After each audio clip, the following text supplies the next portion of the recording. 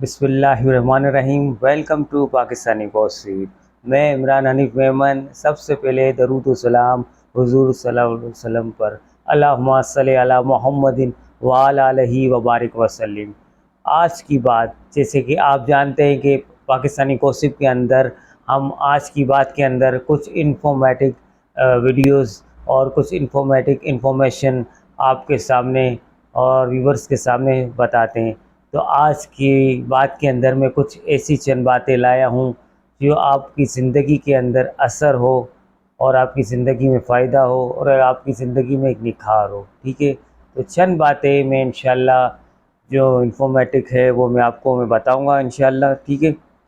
تو سب سے پہلے تو میں یہ کہوں گا کہ حضور صلی اللہ علیہ وسلم پر جو اللہ تعالیٰ نے ہمیں حضور اکرم صلی اللہ علیہ وسلم کی امتی بنایا اور ہمیں اس امت میں پیدا کیا، ٹھیک ہے؟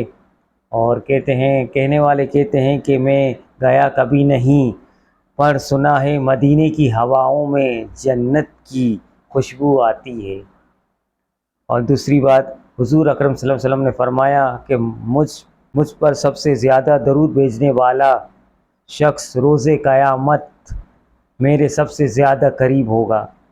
تو میں یہی کہوں گا کہ زیادہ سے زیادہ ہمارے نبی کریم صلی اللہ علیہ وسلم پر درود و سلام بھیجیں، کیونکہ اللہ تعالیٰ اور فرشتے بھی حضور صلی اللہ علیہ وسلم پر درود و سلام بھیجتے ہیں۔ حضور صلی اللہ علیہ وسلم پر درود و سلام بھیجنا یعنی 10 نیکیاں ملتی ہے۔ تو یار ایک درود شریف پر 10 نیکیاں ملتی ہے، یعنی 10 نیکیاں کمانا ہے، تو ہم کیوں درود شریف نہ پڑھے یار، ٹھیک ہے؟ اور دوسری بات، ایک اور بات انفارمیشن، جس طرح بڑے ہو کر پتہ چلتا ہے کہ والدین سچ کہتے ہیں، یعنی جو والدین کہتے ہیں، پہلے تو ہم والدین کی باتوں کو ڈینائی کر دیتے ہیں، نہیں سمجھتے، لیکن جب بڑے ہوتے ہیں تو ہمیں کچھ پتہ چلتا ہے کہ ہاں یار یہ والدین نے سچ کہا تھا۔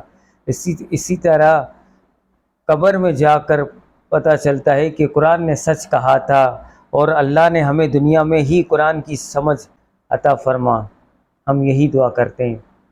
تو میں یہی کہوں گا کہ کچھ باتیں ہیں جو ہم اپنے والدین کی بات نہیں مانتے، پھر ہمیں بعد میں پتہ چلتا ہے۔ تو قرآن پاک میں بھی اللہ تعالیٰ نے ہمیں پہلے ہی دنیا میں فرما دیا ہے کہ اس طریقے سے اگر کرو گے تو یہ نیکی ملے گی، اگر اس طریقے سے کرو گے تو یہ نیکی ملے گی۔ تو قبر میں جائیں گے تب ہمیں سب پتہ چلے گا کہ ہاں واقعے میں اللہ تعالیٰ نے جو قرآن میں فرمایا تھا وہ سچ، حق اور سچ ہے، اور جو حضرت آدم علیہ السلام سے لے کے نبی کریم صلی اللہ علیہ وسلم نے جو فرمایا وہ حق اور سچ ہے، وہ باتیں حق تھی اور سچ تھی، کیونکہ آج ہم نے نہ قرآن کو سمجھا نہ سنتوں کو سمجھا۔ قبر میں ہمیں پتہ چلا، لیکن اس وقت بہت دیری ہو چکی ہوگی، اس وقت پچھتانے سے کوئی فائدہ نہیں ہوگا۔ کیونکہ سب کچھ ختم ہو چکا ہوگا، پھر ہمیں جو پتہ چلے تو کیا فائدہ۔ اس طریقے سے پہلے جیسے میں کہوں پھر سے کہ والدین نے ہمیں کہا تھا کہ بیٹا یہ کرو گے تو آپ کے لیے نقصان ہوگا، تو ظاہری بات ہے قبر میں جائیں گے تو پھر ہمیں پتہ چلتا ہے کہ تو پھر فائدہ نہیں ہوتا پچھتاوے سے۔ تو اس سے اچھا ہے کہ اللہ تعالیٰ سے دعا کریں کہ دنیا میں اللہ تعالیٰ ہمیں قرآن پاک اور حضور اکرم صلی اللہ علیہ وسلم کی سنتوں پہ عمل کرنے کی توفیق عطا فرمائیں، اور اللہ پاک ہمیشہ ہمارے لیے بہتر ہی کرے گا، کیوں نہیں کرے گا؟ یہ وہ الفاظ ہیں جن سے انسان کی آدھی پریشانیاں دور ہو جاتی ہے۔